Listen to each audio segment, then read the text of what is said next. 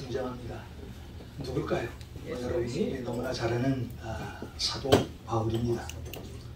자, 그렇다면 우리 이 사도 바울이 과연 어떤 사람이었을까요?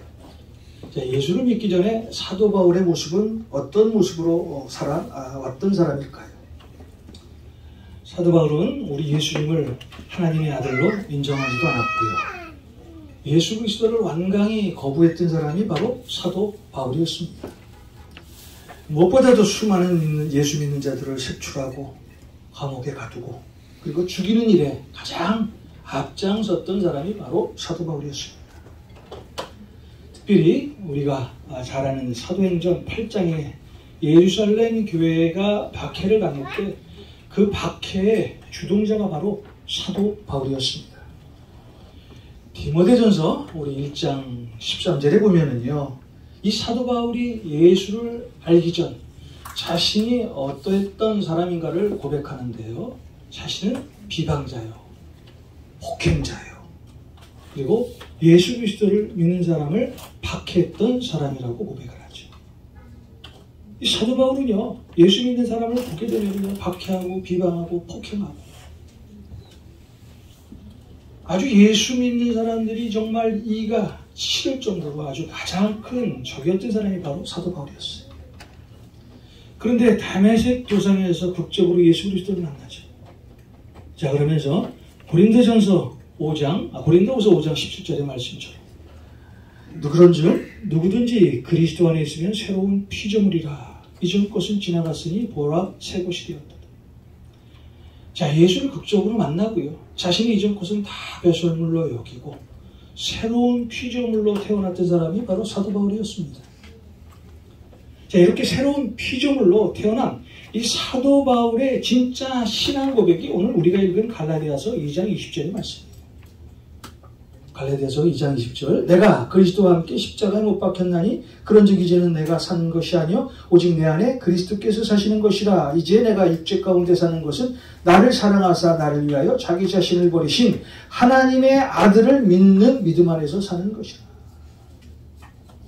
자, 여러분, 그렇다면 오늘 사도 바울이 고백하는 이 그리스도와 함께 십자가에 못 박혔다는 이 의미는 무슨 의미일까요? 자, 그 의미를 두 가지로 한번 알아보겠는데요. 그 두 가지 의미에 대해서 한번 알아보는 시간을 갖겠습니다. 공간복음인 마태, 마가, 누가복음에 다 기록된 말씀인데요. 자, 예수님을 만나고도 변화되지 않았던 부자 청년에 대한 이야기를 여러분 다 아시죠? 자, 특히 누가복음에 보면요, 이 부자 청년을 부자 관리라고 표현한 것을 보면은 이 부자 청년, 마테마가 누가복음에 나오는 이 부자 청년은요, 자, 2000년 전에 사내들인 공회원이었을 것이라고 우리는 추측할 수가 있겠죠. 자, 그 당시 사내들인 공회원이었다면은 집안이 굉장히 좋았을 거예요. 또 많은 교육을 받았을 것입니다. 현실적으로 가문과 재산, 지식, 지혜 이런 것들이 엄청났던 사람이 아마 이 부자 청년이었을 거예요. 자, 이런 사람이 어느 날 예수님을 찾아옵니다. 예수님, 제가 어떻게 해야 영생을 얻을 수 있겠습니까? 자, 이 무렵에 예수님께서 이 부자 청년에게 뭐라고 이야기를 합니까?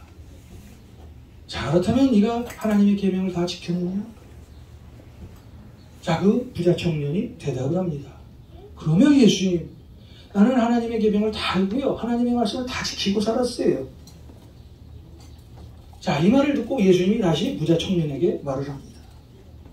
내게 오히려 한 가지 부족한 것이 있으니 가서 내게 있는 것을 다 팔아 가난한 자들에게 주라. 그리하면 하늘에서 보화가 내게 있으리라. 그리고 와서 나를 따르라. 누가복음 18장 22절의 말씀이에요. 자, 누가복음 18장 23절에 보면은 이 예수님의 말을 듣고 이 부자 청년이 어떤 반응을 보입니까? 그 사람이 큰 부자이므로 이 예수님의 말씀을 듣고 심히 근심하니라. 자, 누가복음 18장 22절을 읽고 23절에 이 부자 청년이 이 예수님의 말을 듣고 근심했다고 나와 있어요. 자, 이 부자 청년이 어떤 사람이었어요?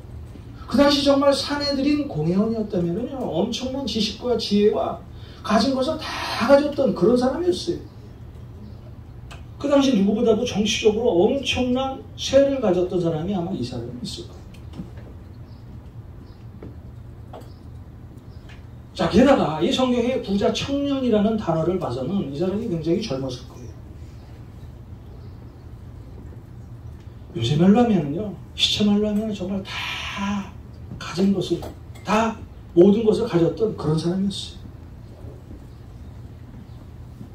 그런데 예수님께서 이 부자 청년에게 분명히 네가 영생을 얻으려면 이렇게 해야 된다라고 말씀을 했는데, 이 부자 청년은 하나님의 계명을 다 알고 있었던 사람 아닙니까? 그런데 그 마지막 말이 들려오지 않았어요. 내 소유를 다 팔라.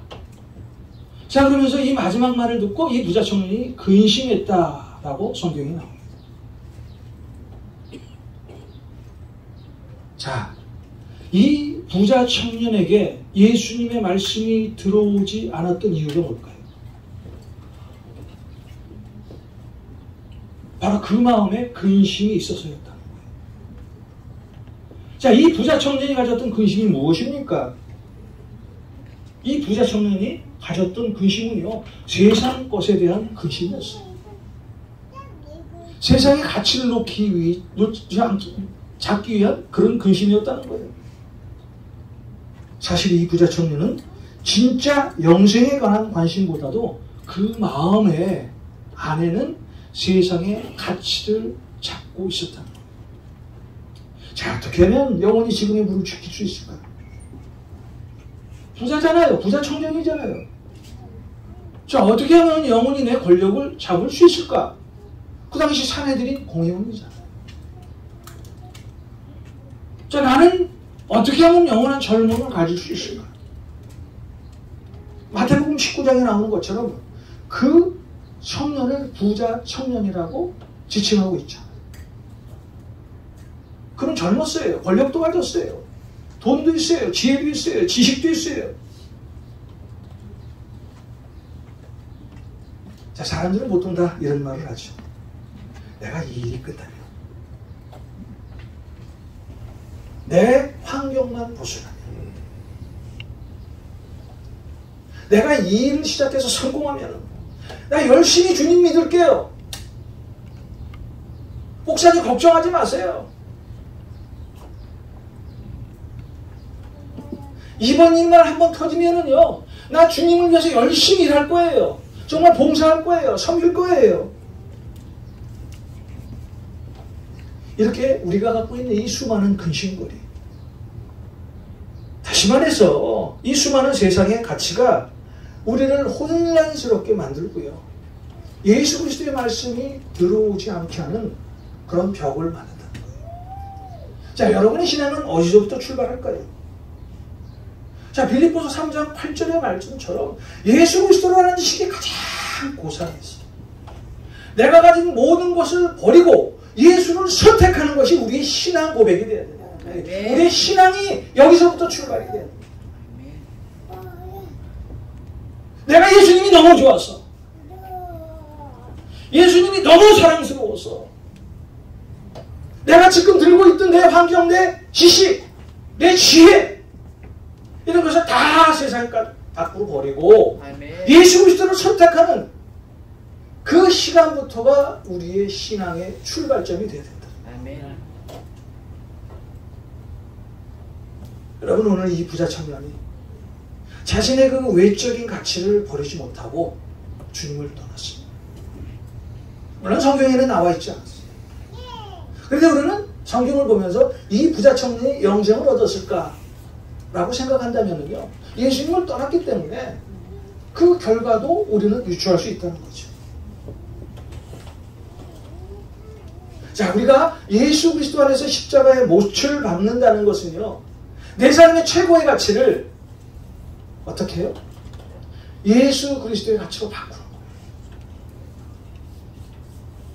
내가 지금 지고 있던 이 가치를 버리고 예수 그리스도의 가치가 가장 고상해서 내 손에 잡는 것이 바로 우리의 몸을 십자가에 못 박는 거예요. 아멘. 바울이 그랬잖아요. 여러분, 바울이 어떤 사람이에요? 굉장했던 사람이에요. 감히 상상할 수도 없었던 그런 지식과 지혜와 또 물질적인 어떤 것도 가졌던 사람이 바울이었어요. 여러분, 오늘 여러분들이 가졌던 어떤 가치가 있다면 그 가치를 예수 그리스도의 가치로 바꾸어 보십시오. 이때 비로소 우리는 우리의 신앙생활이 바뀌어질 수 있다는 거예요. 자, 이것이 바로 우리가 외적으로 보이는 것을 십자가에 못을 박았다라고 말할 수가 있겠죠. 자, 또 공관복음인 마태마가 누가복음에 보면은요, 똑같이 우리 예수님께서 예수님의 제자와 무리들을 보면서 항상 하시는 말씀이 있죠. 여러분들이 너무나 잘 알죠. 어디든지 나를 따라오려거든 자기를 부인하고, 어디든지 나를 따라오려거든 자기를 부인하고, 자기를 부인하고. 자, 이 말이 뭐예요? 자신을 어떻게 부인해요? 자아를 부인하는 거예요. 여러분 속에 다 자아가 있죠. 개개인이 다 자아를 갖고 있어요.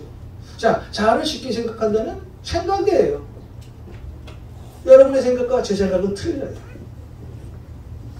그런데 우리가 예수 그리스도를 따르기 위해서는 이 생각을 부인하고, 다시 말해서 죽이라는 거예요. 자, 저도 고백합니다. 제 생각으로 얼마나 많은 사람을 죽였을지 정말 많은 회개도 해봤어요. 내 말 한마디로 저 사람이 얼마나 상처를 받았을까 하는 것도 저도 많이 회개했습니다. 그렇잖아요. 내가 여러분에게 던지는 그 말 한마디, 그것 때문에 여러분이 상처를 받으면, 여러분이 실망하고 낙담한다면, 그것 때문에요. 저는 정말 매일매일 조심하고 그것 때문에 하나님 앞에 엎드리는 거예요. 왜냐면 제 안에는 뭐가 있어요? 죄의 본성이 있잖아요. 내 성격, 내 자가 막 이렇게 튀어나오려고 매일매일 그래요. 내가 말씀을 보지 않고 회개하지 않으면요, 이 내 안에 나오는 이 솟구치는 이 자아 때문에, 내 이 생각 때문에, 만약 우리 성도님들 어떤 한 분이 힘들어하면 어떨까? 이걸 회개하는 거예요. 자, 우리가 살다 보면은요, 저도 그런 사람을 겪어봤어요. 저도 그런 사람이 축에 끼지 않았나라는 것을 회개해봤어요. 자, 어떤 관계를 갖다 보면은요, 사람이 그렇죠. 서로 합력하여 선을 이루지 못할 때 상대방이 그런 얘기를 할 때가 있어요. 나는 내 성격이 그러니까 나도 내 성격대로 살 거야. 이거는 절대 신앙인의 고백이 아니에요.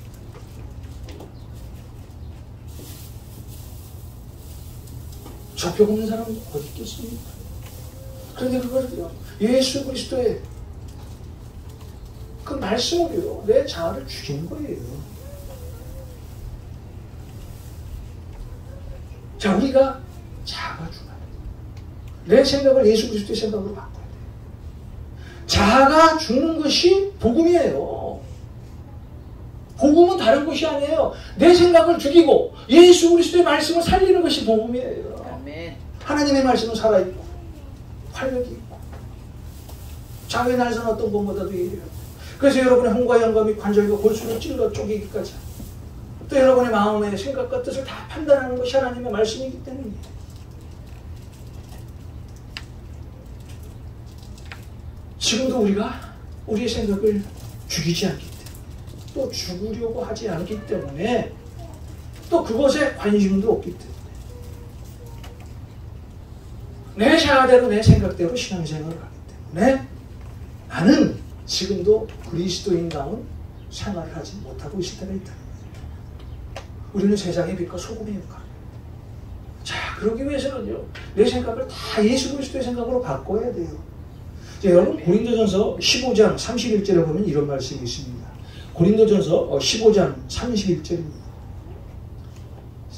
형제들아, 내가 그리스도 예수 우리 주 안에서 가진 바 너희에 대한 나의 자랑을 두고 단언하노니 나는 날마다 죽노라. 나는 날마다 죽노라. 여러분, 사도 바울만큼 자랑할 것이 많은 사람이 어디 있어요? 사도 바울만큼 하나님에 대해서 잘 알고 있었던 사람이 어디 있어요? 사도 바울만큼 세상의 지식을 가졌던 사람이 어디 있어요? 그러나 사도 바울은 예수 그리스도를 영접하고 이 자신이 가졌던 이 수많은 자랑거리를, 그리고 남들이 부러워할 수 있는 이 모든 것들을 빌립보서 3장 8절의 말씀처럼 배설물로 여겼다는 거예요. 그리고 그가 오직 자랑하는 것은 예수 그리스도 한 분이다. 여러분, 십자가와 예수 그리스도만 자랑하겠다는 말이 무슨 말입니까? 자신이 갖고 있던 생각, 자아, 죽음을 자랑하겠다는 것이 우리가 그리스도와 함께 십자가에 못 박는 행위라는 거예요. 여러분, 내 생각이 죽어야 예수 그리스도가 내 안에서 살게 됩니다. 내가 죽어야 예수님이 내 안에서 활동을 하세요. 내 생각은 없어야 예수님께서 나를 통해서 세상에 말씀을 하고 있어요. 말씀을 하십니다. 오늘 사도 바울의 고백처럼 우리가 그리스도와 함께 못 바뀌었다는 것은 먼저 보이는 최고의 가치를 예수 그리스도의 가치로 바꾸는 것입니다. 그리고 내 안에 자리 잡고 있는 내 생각을 죽이고요, 예수의 생각으로 바꿀 때 그것이 바로 그리스도와 함께 십자가에 못을 박는 행위라는 거예요. 여러분, 사실 우리가 사는 세상을 한번 보세요. 창세기 3장 6절의 말씀처럼 얼마나 먹음직스럽습니까? 얼마나 보암직합니까? 얼마나 지혜롭게 할 만큼 탐스럽습니까? 그렇잖아요. 세상에 나가보세요. 보암직도 하고 먹음직도 하고 지혜롭게 할 만큼 탐스럽기도 한 그 세상이 바로 우리가 사는 세상이에요. 그래서 믿음으로 살아가는 우리는요, 매 순간마다 내 안에서 일어나는 이 욕심들을 잘 다스려야 합니다. 감정을 잘 주체해야 돼요. 자, 그러기 위해서는 하나님의 말씀으로 내 마음을 채워요. 그래서 내 마음에 있는 그 말씀이 툭툭 세상 밖으로 튀어나갈 수 있는 거예요. 그래서 말씀을 먹어야 됩니다. 만약 우리가 말씀에서 멀어지면요, 고린도전서 10장 12절의 말씀처럼 섰다 하는 자는 넘어질까 조심하라. 섰다 하는 자는 넘어질까 조심하라. 이 말씀을 항상 실감나는 위기 속에서 하루하루를 살아갈 수밖에 없다는 거예요. 섰다 하는 자는 넘어질까 조심하라. 자, 우리 예수 믿는 사람들에게는 겸손히 미덕이 돼요. 남을 세워주고 위로해주고 함께해주고, 하나님의 말씀에 불순종하면은요, 자, 에덴 동산에서 쫓겨난 그 아담의 죄로 말미암아 우리 마음속에 있는 이 죄성에 놀아날 수밖에 없다는 거예요. 보는 것도 그렇고 생각하는 것도 그렇고 듣는 것도 그렇고 늘 죄의 유혹 속에서 벗어나지 못하고 살게 됩니다. 그래서 이 사도 바울이 로마서 1장에서 하나님을 떠난 이 사람의 속성을 정말 정확히 짚었는데요. 로마서 1장 29절에서 31절까지의 말씀을 한번 보겠습니다.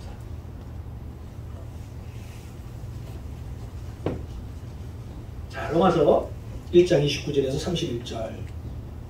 본 모든 불의, 추악, 탐욕, 악의가 가득한 자여, 시기, 살인, 분쟁, 시기, 사기, 악독이 가득한 자여, 수군수군하는 자여, 비방하는 자여, 하나님께서 미워하시는 자여, 능욕하는 자여, 교만한 자여, 자랑하는 자여, 악을 도모하는 자여, 부모를 거역하는 자여, 우매한 자여, 배약하는 자여, 무정한 자여, 무자비한 자라.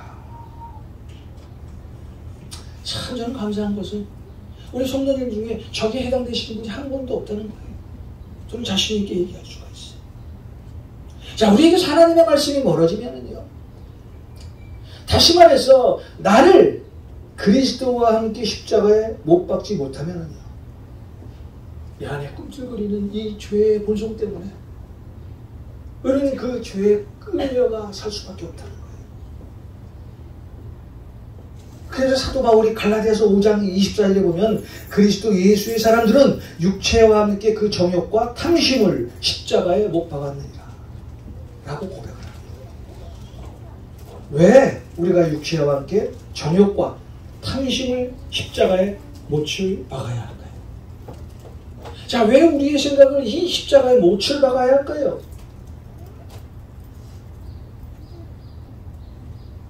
세상 사람들의 생각, 예수 믿는 사람들의 생각 또 이렇다는 거예요. 갈라디아서 5장 19절에서 21절을 한번 보겠습니다. 갈라디아서 5장 19절에서 21절입니다. 자, 육체의 일은 분명하니 곧 음행과 더러운 것과 호색과 우상숭배와 주술과 원수 맺는 것과 분쟁과 시기와 분냉과 당 짓는 것과 분열함과 이단과 투기와 심취함과 방탕함과 또 그와 같은 것들이라. 전에 너희에게 경계한 것 같이 경계하노니 이런 일을 하는 자들은 하나님의 나라를 유업으로 받지 못할 것이요. 자, 마지막 구절. 하나님의 나라를 유업으로 받지 못할 것이요.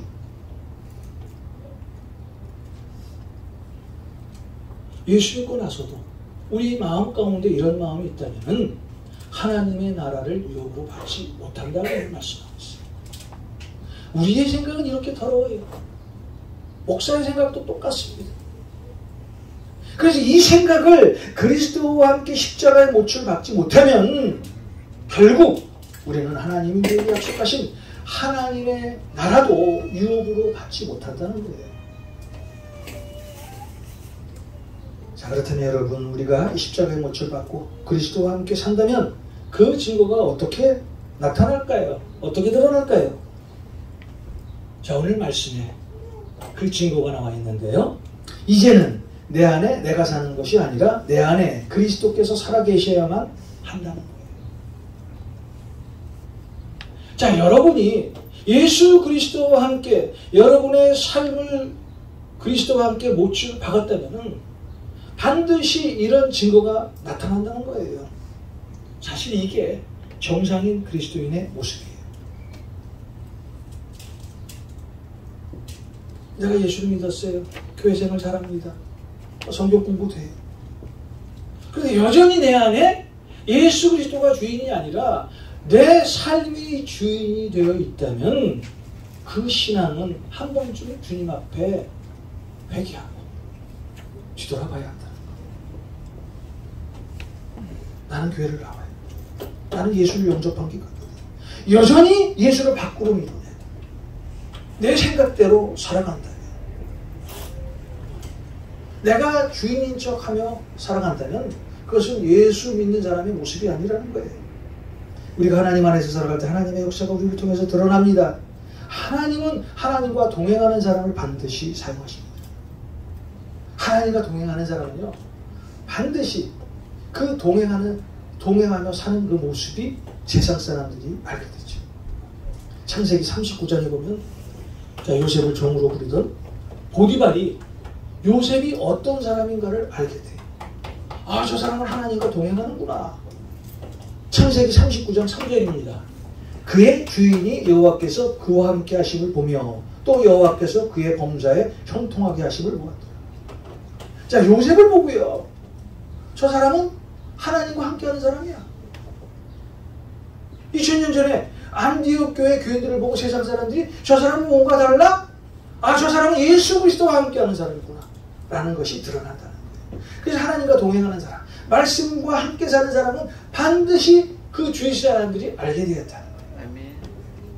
그래서 세상 사람들이 그걸 칭찬하고 나도 한번 저렇게 살아봐야겠다 라고 다짐을 한다는 거예요. 그래서 전도는 다른 것이 아닙니다.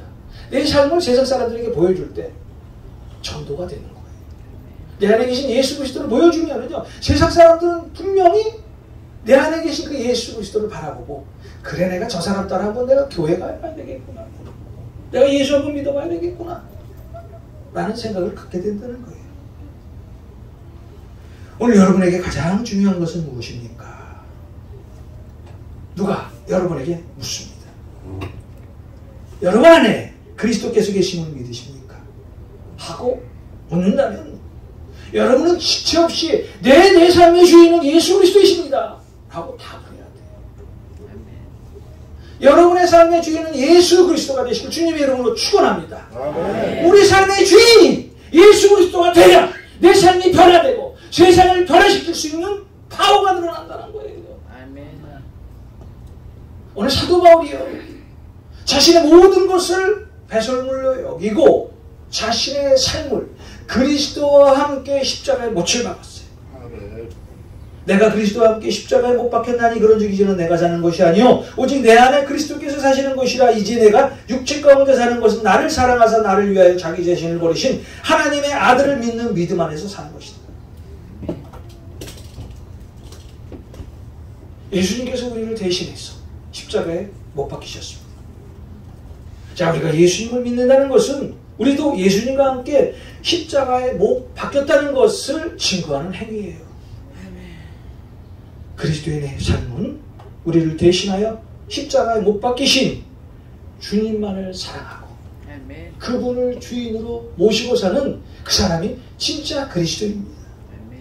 오늘 여러분의 고백이 이런 고백이 되기를 소원합니다. 주님, 오늘 나는 주님과 함께 십자가에 못 박혀 죽었습니다. 내 삶의 자리를 주님께 내려놓으니 주님께서 영원히 내 삶의 주인이 되어 주십시오. 주님, 오늘 나는 주님과 함께 십자가에 못 박혀 죽었습니다. 내 삶의 자리를 주님께 내려놓습니다. 이제부터 주님께서 영원히 내 삶의 주인이 되어 주십시오.